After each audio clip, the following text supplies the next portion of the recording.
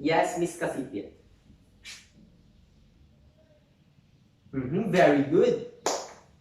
Media plays an effective and essential role for running the show or any formal or informal teaching learning process and can help young people to put current images and messages about how the media work and enhance the teaching and learning process. It also provides students with some experience that cannot be acquired from any other ways. So they increase their mental development, deep understanding, and learning. Next is the qualities of selection of instructional media. So we need to determine the best medium for the lesson components. The first qualities is student factors. It includes the age, background, interest of the students. The question here is the intended media appropriate for the developmental and experiential levels of the students? And of course, kapag mag-integrate tayo ng instructional media, kailangan natin i-consider also yung mga tinuturuan natin. Say for example, nagtuturo ka ng bata, ang ituturo mo is calculus. Do you think calculus mag-instill agad sa utak nila or mag-process ba yung knowledge na gusto mong ma-acquire sa kanila? Of course, hindi. Kaya nga sabi ni John Teddy sa theory niya na every age nagkakaroon tayo ng mental development as we grow older.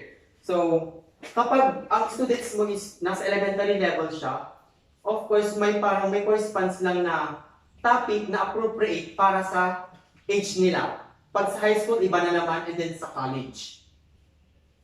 And of course, yung interest nila. Kapag yung bata nowadays is more engaged sila sa mga gadgets, para mas makuha mo yung attention nila, like what I've said kanina, mag-integrate ka ng something na magugustuhan ng bata or mamomotivate siyang gawin yung isang bagay. After student factor, next is the teacher factors. The question here is the intended media appropriate for the planned instructional strategy? And will the media allow for the presentation of the proposed lesson in an efficient and effective manner?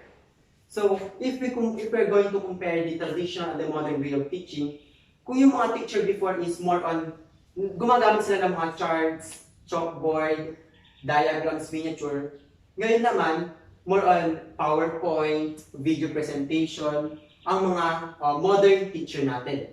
So, bakit nga ba naging isa sa qualities sa pagpili ng instructional media ang teacher factor? So, kapag yung teacher, savvy siya sa paggamit ng technology, of course, mas mag-focus siya doon kasi yun yung way niya para ma-express na maayos yung gusto niyang knowledge na i-share sa mga students niya. And also, sense of professionalism. So, kailangan maging adaptive. Kapag yung students niya is mas mahilig or nakakapag-focus sa ibang bagay, kailangan marunong yung teacher na mag-adjust kung paano niya mamimit yung needs ng students or kung paano yung way ng learning ng mga estudyante niya. It is also important na ang teacher is dapat considerate siya. Dapat hindi niya lang iniisip yung sarili niya. Say for example ako, okay na ako kasi alam ko kung ano yung i-discuss ko sa inyo. Dapat isipin ng teacher kung paano matututo yung mga learners. Yung hindi ako lang yung masusunod, kundi kung ano yung pangangailangan or kailangan ng students ko, yun yung kailangan kong i-provide para ma-meet ko yung or ma-absorb nila yung knowledge na gusto kong ma-acquire nila. Okay, next is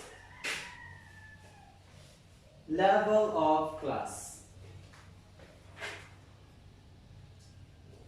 So, level of class refers to students' academic progress like first year, second year, third year, or senior high school. So, kada level of class parang merong intended na subjects or units na kailangan nilang i-take or kailangan nilang mapag-aralan. Hindi pwede yung first year ka palang tinitake mo na yung subjects ng pang third year or second year ka palang tinitake mo palang yung subjects na pang first year. After the level of class, we have size of audience.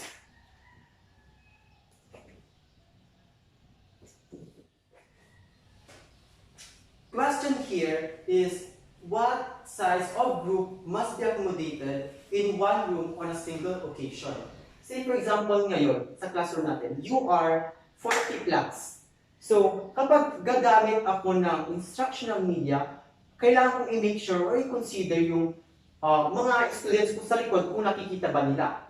Or kapag merong conference, ay kung may conference, ang ipapakita mo bang mga presentation is pictures na ang makakakita is nasa harap? How about the others? Kailangan i-consider mo yung instruction na gagamitin is ma-cover niya yung buong classroom at magkaroon sila ng equal learning or opportunities na ma-adapt yung learnings na gusto mong matutunan nila. After that, we have instructional objectives.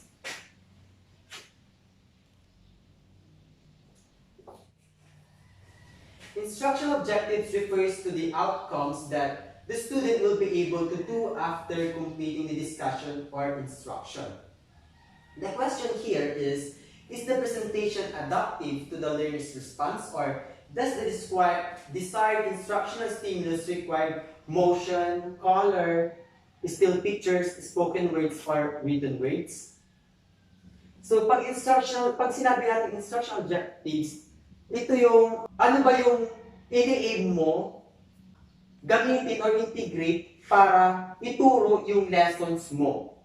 Kung ano yung mas effective way para ma-deliver mo sa kanila yung knowledge ng maayos at mas maintindihan nila ng mas malinaw. After that, we have affordability. When we say affordability, hindi kailangan maging expensive or big instructional media yung gamitin mo. Kasi sa pagtuturo, hindi naman nag-involve masyado yung gagamitin mo kung high class ba or quality yung mga gamitin mo. As long as kasya siya sa budget mo at yung gagamitin mo is yung instructional media is maging powerful or effective siya in a way na kailangan din maging resourceful ka. Kapag wala kang, for example, wala kang projector na gagamitin para mag-discuss, you can use pictures, you can use diagrams, or kapag meron kang pictures na dala, for example, ganito, and malaki yung audience mo, pwede mo siyang ibigay sa harap and ipasa niya sa likod para lahat naman sa is makita nila ng malakitan yung pictures and ma-gets nila kung ano yung dinidiscuss mo. Next is culture factors. In cultural factors, kailangan maging sensitive tayo dito. Kasi in one class, we have different students, very diverse. May iba-ibang religious or may sets of beliefs sila or norms na iba sa atin. Kaya kailangan maging considerate tayo, hindi lang natin isipin kung ano yung majority. Kailangan din yung mga isa or dalawang students natin na ibang religious is maging considerable tayo or maging considerate tayo. Lastly, is the legal restrictions. In legal restrictions, kapag magtuturo tayo or kapag may tayong source or reference from the internet or sa book, kailangan natin i-acknowledge yung author or sources na pinagkuha natin para hindi tayo ng plagiarism. And legal restrictions, it also refers to any usage or utilization of instructional media that will violate the law and rules and regulations such as copyright or infringement.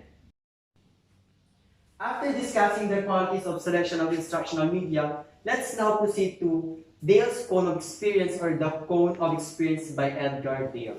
So, based on the theory, 10% people generally remember 10% of what they read, 20% of what they hear, 30% for view images, watch videos, 50% attend exhibits, sites, watch a demonstration, 70% participate in hands-on workshop, design collaborative lessons, 90% simulate, model or experience lesson, design, perform a presentation, do the real thing.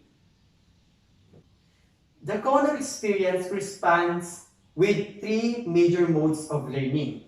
So these two is also known as the inactive or direct experience involves practicing with objects. Example, the students actually ties a knot to learn tying a knot. This kind of experience involves concrete, immediate action, and use of senses and body. Next is the view images, watch videos, attend exhibits, sites, watch a demonstration is also known as the diachronic experience, involves interpreting images and drawing. For example, the students look at drawings, pictures, or films to learn to tie a knot. Experiences are once removed from the physical realm and limited to 2 or 3 senses. Next is the hear and read, or known as the symbolic experience, involves reading or hearing. The students read or hear the word tie and form an image in their mind. Usually, in such experiences, the action is indifferent and experience is limited to thoughts and ideas. So, my dear students, do you have any question with regards to the cone of experience by Dales? None, sir. Okay.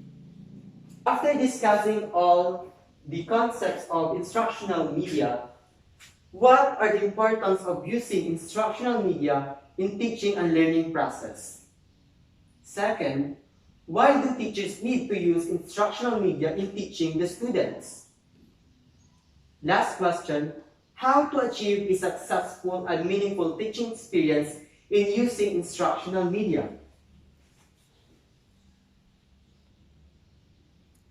Thank you, my dear students, for actively participating in our discussion. All your answers are correct, and I'm glad that you are really learning from our discussion today. So all in all, one of the most important components that allows the educating and learning cycle to run smoothly is instructional media.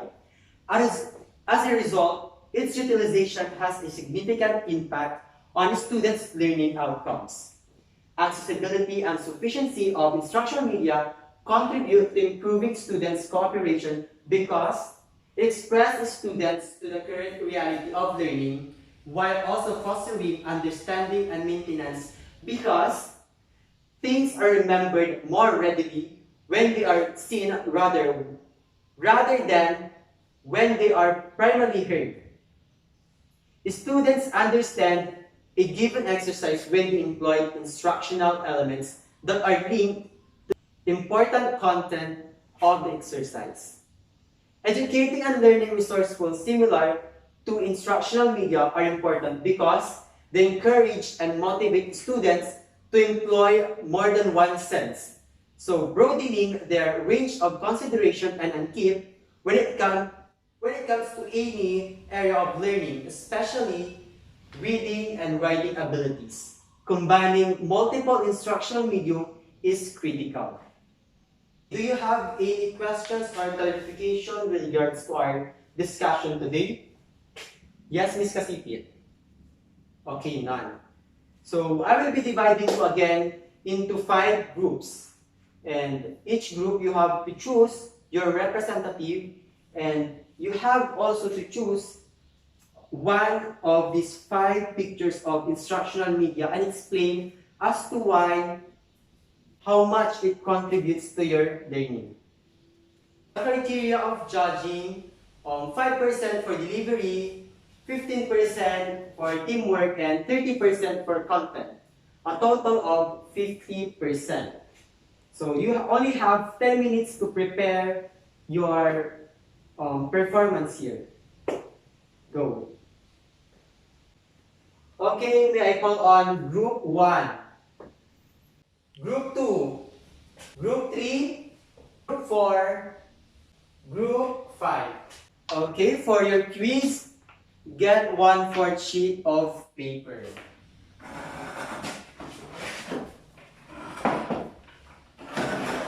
Are you ready? Yes, sir. Okay, question number 1. Mrs. Soriano wants her students to be able to describe the different landforms in the Philippines before the class discussion begins. What instructional media should she use? A. Make a PowerPoint presentation that contains information and images of Philippine landforms. B. Prepare a video presentation that shows the different Philippine landforms. C. Provide an online reference or source that requires a student to have an advanced reading about the different Philippine landforms. Or D. Both A and B. Last question. Which of the following is inappropriate in using printed visuals such as charts, graphs, and drawings? A.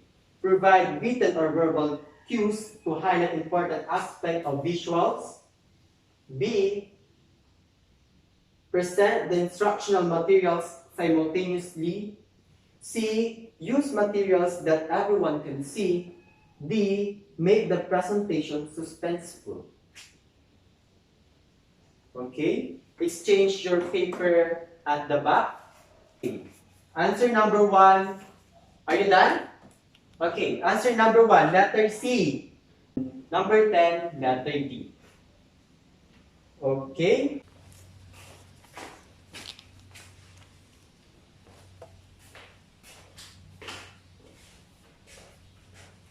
For your assignment, what type of instructional media is more appropriate and suitable for your learning, and why? Put your answer on a long coupon band. It must be handwritten with less than 500 words. And that's it for today. I hope you've learned and enjoyed our discussion for today, and thank you for the active participation, my dear students. Let's call it a day. Thank you, everyone.